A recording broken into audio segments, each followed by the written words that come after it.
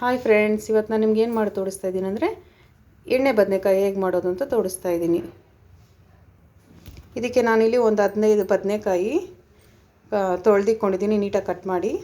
ಒಂದು ಪೂರ್ತಿ ತೆಂಗಿನಕಾಯಿ, 4 ಟೊಮೆಟೊ, 2 ದೊಡ್ಡ ಈರುಳ್ಳಿ, 1 ಬೆಳ್ಳುಳ್ಳಿ, ಅರ್ಧ ಇಂಚು ಶುಂಠಿ, ಕೊತ್ತಂಬರಿ ಸೊಪ್ಪು, ಉಪ್ಪು, ಎಣ್ಣೆ, ಒಗ್ಗರಣೆಗೆ ಸಾಸಿವೆ, ಉದ್ದಿನಬೇಳೆ, ಜೀರಿಗೆ, ಮೆಂತ್ಯ ಹಾಕ್ಕೊಂಡಿದ್ದೀನಿ.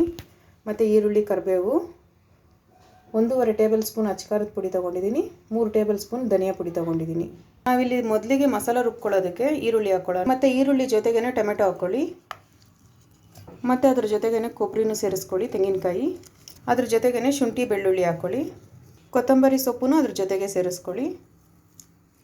ಈಗ ಇದನ್ನ ಚೆನ್ನಾಗಿ ರುಬ್ಕೊಳ್ಳಿ. ನಾವು ಹಾಕಿರೋಂಥ ಮಸಾಲೆ ಚೆನ್ನಾಗಿ ಈ ಥರ ನೈಸಾಗಿ ರುಬ್ಕೊಳ್ಳಿ. ಮೊದಲಿಗೆ ನಾವಿಲ್ಲೊಂದು ಕಡಾಯಿ ಇಟ್ಕೊಂಡು ಅದಕ್ಕೆ ಎಣ್ಣೆ ಹಾಕ್ಕೊಳ್ಳೋಣ. ನಾನಿಲ್ಲಿ 4 ಟೇಬಲ್ ಸ್ಪೂನ್ ಎಣ್ಣೆ ತೊಗೊಂಡಿದ್ದೀನಿ. ಈಗ ಒಗ್ಗರಣೆಗೆ ಎತ್ತಿಟ್ಟಿರೋಂಥ ಸಾಸಿವೆ, ಉದ್ದಿನಕಾಳು, ಜೀರಿಗೆ ಎಲ್ಲ ಅದಕ್ಕೆ ಹಾಕ್ಕೊಳ್ಳಿ. ಸಾಸಿವೆ ಎಲ್ಲ ಚೆನ್ನಾಗಿ ಚಿಟಪಟ ಆದಮೇಲೆ ಈರುಳ್ಳಿ, ಕರಿಬೇವು ಹಾಕ್ಕೊಳ್ಳಿ. ಈಗ ಆ ಈರುಳ್ಳಿ ಜೊತೆಗೇ ಇನ್ನೊಂದು ಈರುಳ್ಳಿ ಸಣ್ಣದಕ್ಕೆ ಹೆಚ್ಚಿಕೊಂಡಿರೋದು ಹಾಕ್ಕೊಳ್ಳಿ. ಟೇಸ್ಟ್ ಚೆನ್ನಾಗಿರುತ್ತೆ ಇದೊಂದು ಸ್ವಲ್ಪ ಅರ್ಧ ಬೆಂದರೆ. ಈಗ ಈರುಳ್ಳಿ ಅರ್ಧ ಬೆಂದಿದೆ, ನಾವು ರುಬ್ಬಿಟ್ಟಿರೋಂಥ ಮಸಾಲೆ ಹಾಕ್ಕೊಳ್ಳೋಣ.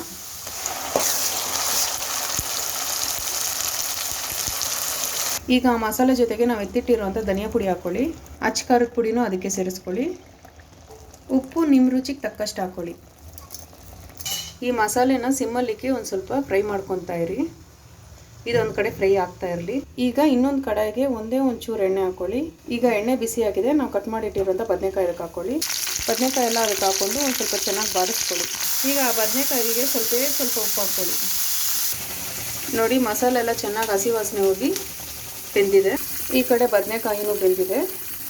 ಈಗ ಬದನೆಕಾಯಿನ ಎತ್ತಿ ಮಸಾಲೆ ಒಳಗಡೆ ಸೇರಿಸ್ಕೊಳ್ಳಿ. ಈಗ ಮಸಾಲೆ ಜೊತೆಗೇ ಒಂದು ಚಿಟಿಕೆ ಅರಿಶಿನ ಪುಡಿ ಹಾಕ್ಕೊಳ್ಳಿ. ಈಗ ಇದಕ್ಕೆ ಒಂದು ಲೋಟದಷ್ಟು ನೀರು ಹಾಕ್ಕೊಳ್ಳಿ. ಇಷ್ಟು ನೀರು ಸೇರಿಸ್ಕೊಂಡು ಬದನೆಕಾಯಿ ಬೇಯಲಿಕ್ಕೆ ಬಿಡಿ. ಒಂದು ತಟ್ಟೆ ಹಾಕಿ ಮುಚ್ಚಿಟ್ಬಿಡಿ. ಒಂದು 5 ನಿಮಿಷ ಬೇಯಲಿ, ಸಿಮ್ಮಲ್ಲೇ ಇರಲಿ. ಆಗಾಗ ಒಂದೊಂದ್ಸರಿ ಮಿಕ್ಸ್ ಮಾಡ್ತಾಯಿರಿ, ಇಲ್ಲಾಂದರೆ ತಳ ಹಿಡಿದು ಬಿಡುತ್ತೆ. ಬದನೆಕಾಯಿ ಒಂದು ಅರ್ಧ ಬೆಂದಿದೆ ಅಂದಾಗ ಒಂದು ಅರ್ಧ ನಿಂಬೆಹಣ್ಣು ಗಾತ್ರದ್ದು ಹುಣಸೆಹಣ್ಣು ರಸನ ಅದಕ್ಕೆ ಸೇರಿಸ್ಕೊ. ಬದನೆಕಾಯಿ ಚೆನ್ನಾಗಿ ಬಂದಿದೆ. ಈಗ ಲಾಸ್ಟಿಗೆ ಕೊತ್ತಂಬರಿ ಸೊಪ್ಪು ಹಾಕಿ ಸ್ಟವ್ ಆಫ್ ಮಾಡ್ಕೊಳ್ಳಿ. ಈಗ ನಮ್ಮ ರುಚಿಯಾದ ಎಣ್ಣೆ ಬದನೆಕಾಯಿ ರೆಡಿಯಾಗಿದೆ. ಇದು ಬಿಸಿ ಬಿಸಿ ಅನ್ನದ ಜೊತೆಗೆ ತುಂಬ ಚೆನ್ನಾಗಿರುತ್ತೆ, ಒಳ್ಳೆ ಕಾಂಬಿನೇಷನು. ನೀವು ತಪ್ಪದೇ ಈ ರೆಸಿಪಿನ ನಿಮ್ಮ ಮನೇಲಿ ಮಾಡಿ ನೋಡಿ. ನಮ್ಮ ಚಾನಲ್ನ ಸಬ್ಸ್ಕ್ರೈಬ್ ಮಾಡ್ಕೊಳ್ಳಿ, ಶೇರ್ ಮಾಡಿ, ಲೈಕ್ ಮಾಡಿ. ಹೀಗೆ ನನಗೆ ಸಪೋರ್ಟ್ ಮಾಡ್ತಾಯಿರಿ ಫ್ರೆಂಡ್ಸ್. ಧನ್ಯವಾದಗಳು.